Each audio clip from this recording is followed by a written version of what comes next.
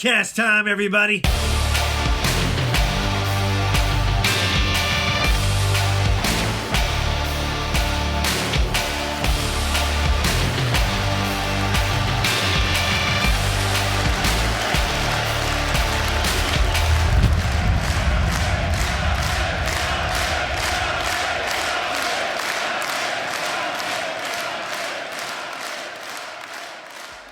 All right, and then rolling into our encore episode, we almost got into this at the very end of the episode, but I started doing these because we just get so much good content, to be honest, where I feel like it can just be its own episode. And man, we didn't there's so many stories. I mean, there's so many, but there's so many. Here's the weird thing, and I wanted to tell this story because this is one of the very first times that I got to see Kennen Butler in action, ladies and gentlemen. All right, so we've known each other since high school. We went to the same high school, and we had the same or similar groups of friends. So he was working at the time. I don't want to say working, but going and working at a production, Into the Woods, very first time that I was a part of, Black Box Theater, stage crew, and that type of thing. But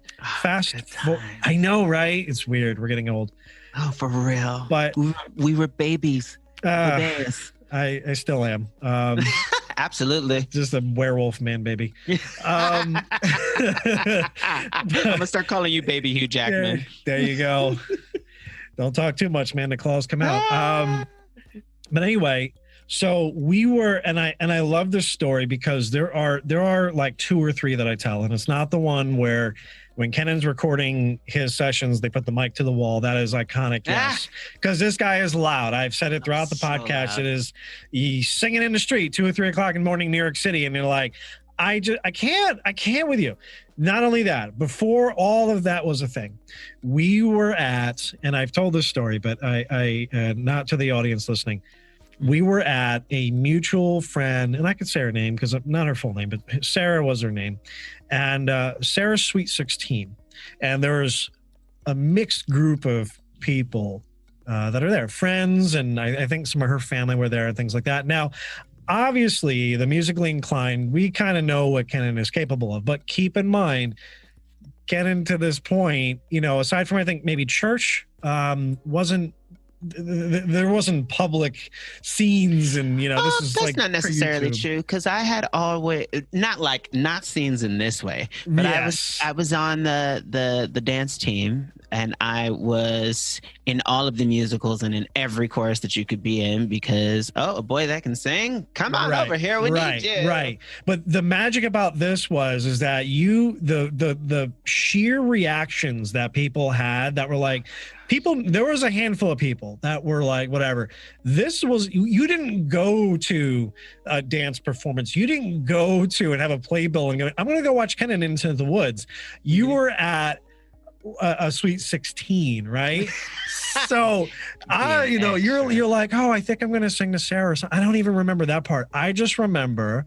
Because I always get roped into singing. Yes. And I always get roped into singing. And it was like, I'm going to do this. And it was kind of it wasn't even a planned thing. Like, I'm going to do this. And the response of just how the happy birthday rendition, I just remember the crowd of people. Like, I'm sitting here going, oh, he's doing it. Oh my God, he's doing it. But the crowd of people that were just like, yeah, Kennen, get him. And then also, wow, and Sarah, I just remember her being, first of all, like, oh my God, what's going on? Oh my God, you're embarrassing me. And then this is so beautiful, crying. And I don't remember too much, but I just remember like, it's just so many overflowing. And I mean, you just hit it. It was so crazy for this to be a thing. And again, if you know Kennen or myself, like it's not, literally anything like this could happen, but you are watching it happen in real time. People are cheering. People are like, "Oh my God!" This was before like really good cell phones, so you had to watch it. There was no Memorex to it. You had to watch it and remember. And it was so moving, that impactful that the entertainment or the production company, one of the people wait. You always this part though, because right after that, they played Michael Jackson. I want to say it was Beat It. Okay. It was either Beat It or Thriller. It was one of the two. And then I was like, I'm gonna go dance. Will you come dance with me? And on that little wooden dance floor that they had. Yeah, that place was tiny. It was like so tiny. And again, everybody was like, ah! Now meanwhile, I'm like, I ain't doing nothing. Y'all calm down. This ain't Michael now. I don't know the choreo, and Michael is legendary. Right. We're in Newburgh. You're lucky that people showed up. Lucky the lights are on. Oh my gosh. And then that's when the company was like, eyebrows. Right. Well, the thing is that when I remember this moment, it was so when you, like, even with Michael Jackson or something like that, when you hear the start in a live concert and people go nuts. Yes. That is like, when we're talking about like audio, that is peaking. You're all straight red. And just everybody's overload reaction, just what is going on? Oh my God, what is Kennen doing? Oh my God, he's singing. Oh my God, Sarah's crying. Everybody, like, that was literally, I cannot forget that. The dancing aspect, people were still kind of like trying to process what happened. I remember you came over and were like all giddy about it. But then literally right after that, the entertainment company that was there, the guy literally like, hey, yeah, can we talk to you real quick?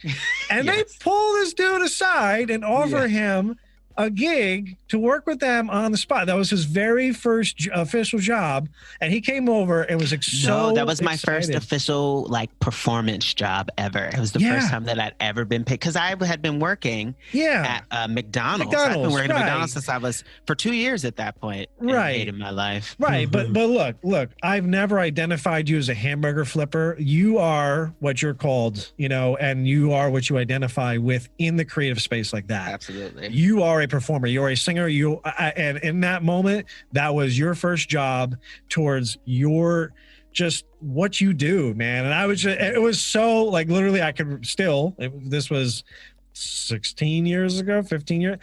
I can remember like it was yesterday. I know. Gundam's old. But it was that to me was. It was just so. It was like magical. It's weird because. It's like knowing like Blake Shelton or Bradley Cooper or something like that. And they're like confused for them all the time.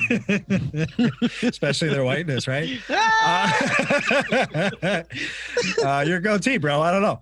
I know, bro. But it's the locks. It does it every time.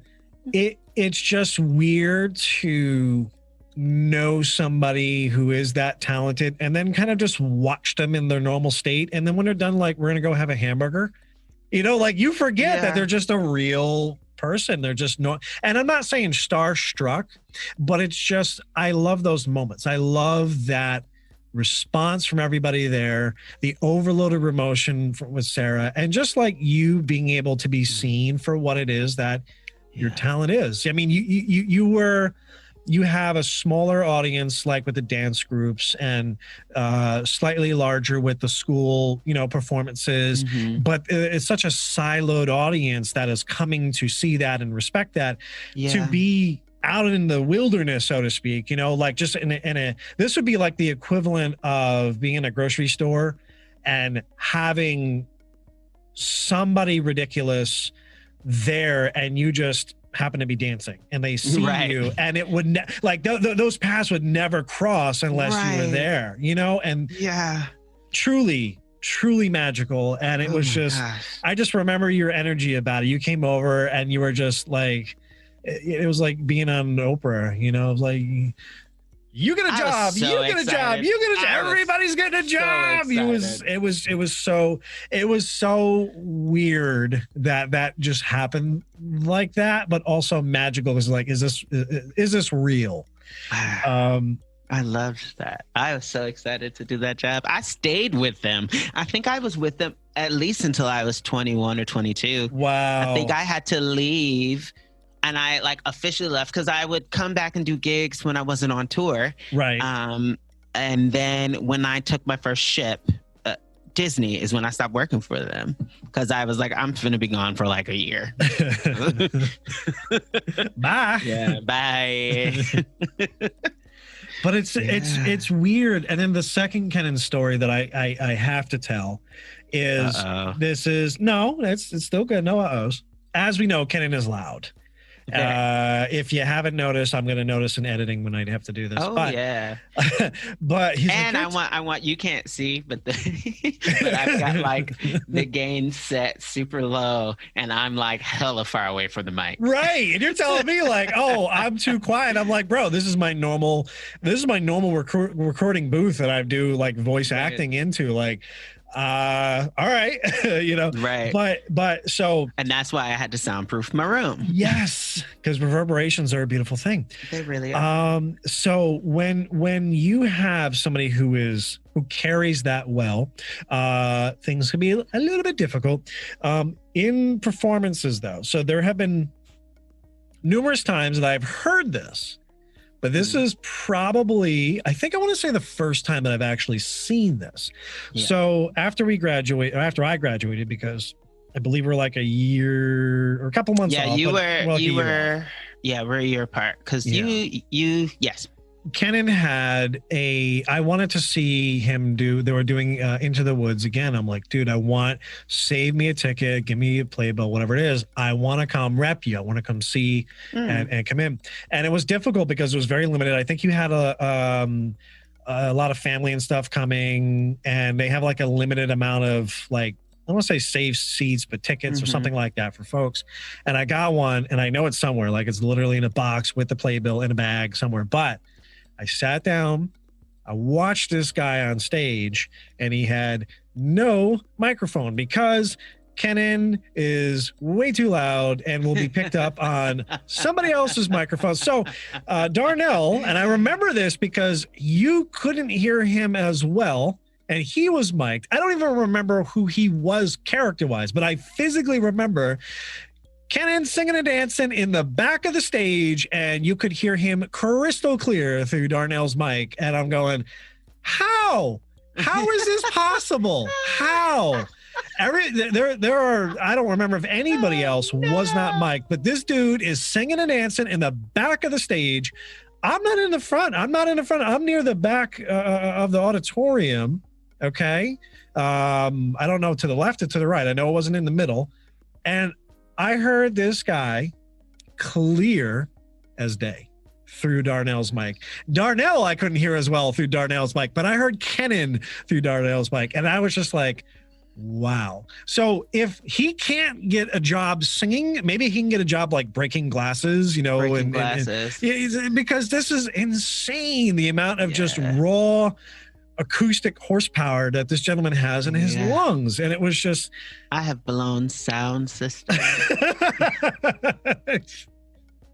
Dude, and I had to warn people I'm loud. So when I belt, make sure that you set the gain appropriately, because if you don't, it's gonna be. And I'm a very dynamic singer now as well, and so I will go from extremely quiet to hella loud in like 7.5 seconds. And so if the sound tech isn't good, they're always unable to handle. I think it's hilarious. Oh, it makes me giggle.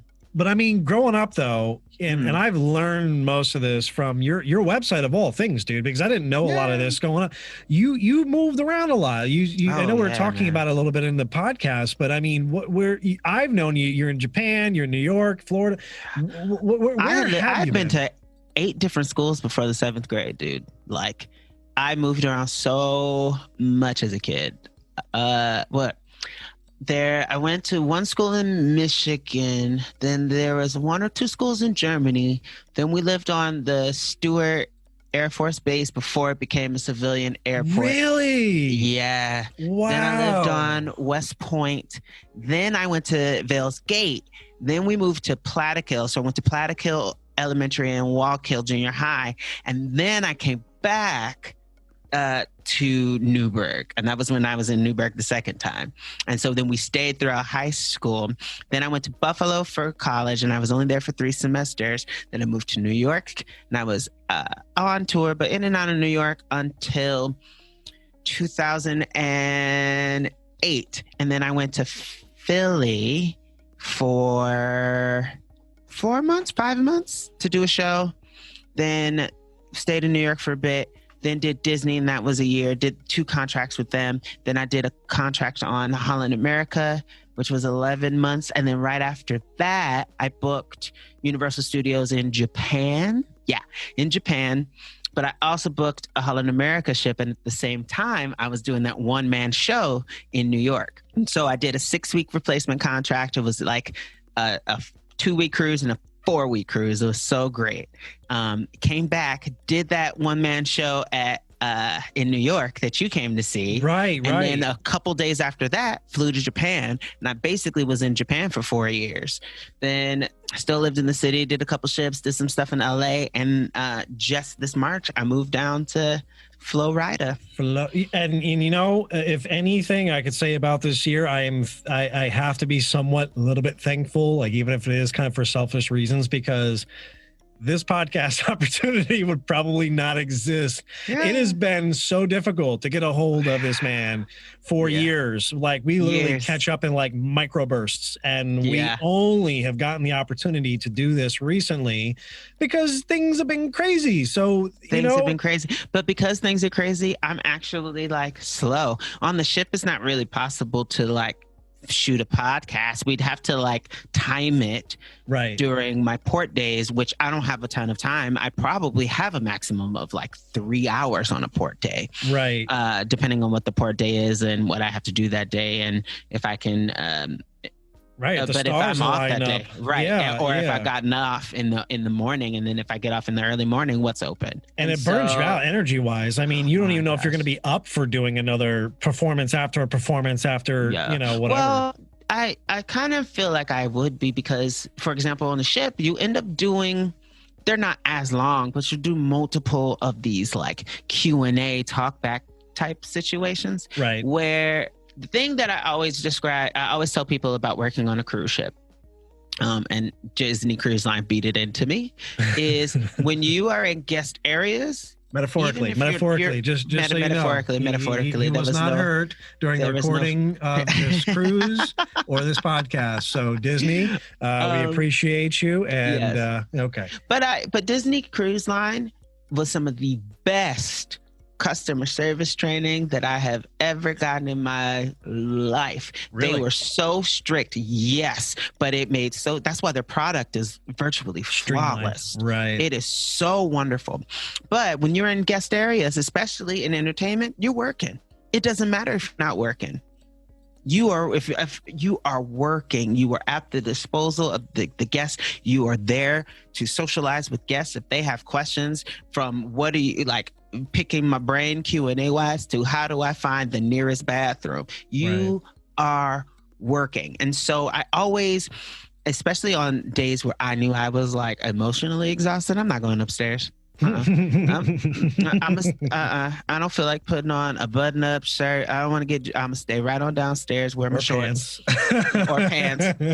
But I have to wear pants to leave my cabin. But because I knew that I was gonna have to work, and so I feel like that gives you a lot of stamina. So if I had time, I would have been able to film it. If I had time and decent Wi-Fi. Wi-Fi is scarce. Right. In the Caribbean, it's a lot. On a boat, it's and it can be spotty depending on where you're cabin. But it's I would never zoom over the Wi-Fi on board. No, never, bro. No, it is not good, but it's good enough to check your Facebook, and I can Facebook call people. Right. But to do something like this, oh no, right, not a thing.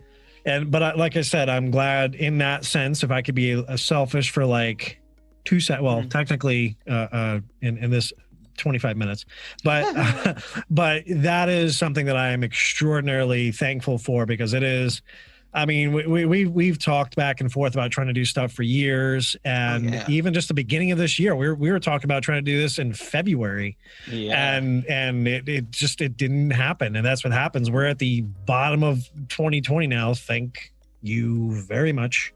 Not close enough, but closer than February was, and it's just. That is the life of a creative, man. It's just something always happening, always going on, and. But it's just it's cool. It's weird to think though, just how that show you were talking about. I remember doing. I mean, we've done. You had your EP, your Secret, that I did the artwork, the cover for. That's on iTunes. I did the marketing for your one-man show, and I have the video for it somewhere. I got to re-edit that so we can have that up online, because that was. It's weird to see something that went from paper to an actual product, and for me, it is magical, to say I have this idea, and I think that's how it is with a lot of things in life. You get into a car, somebody designed, not one person, but a group of people designed that vehicle, and that wasn't the end product that they had in mind, but that's how it ended up, and that is what you now use. And to see that process once it's done, I think is very insightful. That show taught me that I am indeed a crazy person, but that those crazy ideas that I have in my head I can build them into something. And that was the first time that I went, oh, I mean, if I hadn't done that show, I don't think that I would have even thought about building shows in Japan. Right. I don't think I would never have ended up touring and all of the things that I did out there. You know what I mean? True. Now, and it wasn't like, I wish I could be like, I was touring, I went from Osaka to Tokyo. That's not, I definitely ran around and played local venues, and but it was great. And I loved being booked, but I would not have been able to, like, that planted the seed of trust in my crazy. Right. And trust in my lens. You know what I mean? Well, and you've been trying to get over to Japan for, years to just any reason you could be there, and that's, you found it, you got it, you can now go back. You've sort of set up camp there, I can guess you can say, as far as knowing folks and connections, and it's an opportunity. It's always nice to have a place to stay. That was what's been really cool about traveling as a performer, is building relationships with people. And I had friends that were like, hey, so are you still in New York? I need a place to stay. Yeah, baby, come stay on my couch. It's all good. And vice versa. That has been a very wonderful experience. Right. I was supposed to go to Barcelona this year. Nope. That's not happening. Nope. Well, but you know what though? Real talk. I'm really glad, A, that I can do this, but B, I didn't realize that over the past 14, 15 years that I never stopped. Yeah. And so in the beginning of, it was really nice for me, and I had just come off of the ship because I got stuck, and I was in the end of a contract actually, but it was really nice to not have anything to do and not have anything pressing to do. Burnout is real. It is so real, and it creeps up on you. And I didn't know how burnt I was until I was scorched. And so now, looking at 7 months later, I feel very much ready to work again, which is why I've started creating so much now, because I'm like, okay, cool, it's time. I've rested enough. Well, speaking of creating, when's the next collab we're doing, man? What's going on, man? What are we doing? What do you want to do? I don't know. You got some music videos coming up. They're a little bit midnight-less, they are a little bit midnight. I have an idea. I have to see if it'll work though. A lot of the stuff that I want to do is really hard to do when you have to limit the amount of people that are involved. True. Because social distancing and all of that jazz. Because there's like 3 3 different tunes that could use a little bit of Midnight. There you go. I'm saying. Or even just visually, man. I could send something remote, and guess some sort of spot or whatever. Hey, I'm just saying. I see a lot of things coming up. Don't do this to me. I already have a full plate. Why are you doing this? I'm just saying, I mean, just saying. No, I'm sure we can figure out something, man. But I appreciate you. I'm trying to get you on my happy hour karaoke thing on my Instagram. That's really what I want you to do. You're gonna be so mad. You want to see me drunk. That's what you're trying to do. I want to hear you sing. No, I saw that thing with that was one. It sounds sad. That is one of my favorite songs from the Goofy movie, Stand Out. Oh, yeah. I literally played that in the car. And it was just because it is performed well enough where you go, is this a real pop song? Because it's performed and... Because also the person that is singing that, his name is Tevin Campbell. He is R&B, like 90s R&B royalty. Like that voice, that man, excuse me, that man's voice is insane. I thought I thought back in the day, I thought it was like the equivalent of Michael Jackson because it has the same, and he sounds in the movie. Pretty much the same now. Yeah. It's insane. I heard you doing it. I'm like, dude, that's my song. It's my song. But we gotta do something, man. But I appreciate you doing this encore episode with me, though. I'm sure that listeners anything for you, man. I just appreciate you. I love what it is that you do. I think what you are doing is so important on so many different levels.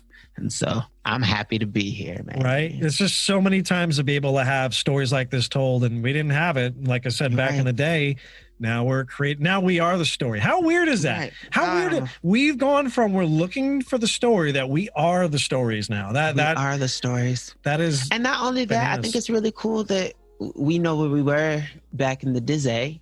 And now we are in a place where when we have a story to tell, we have the tools to tell it.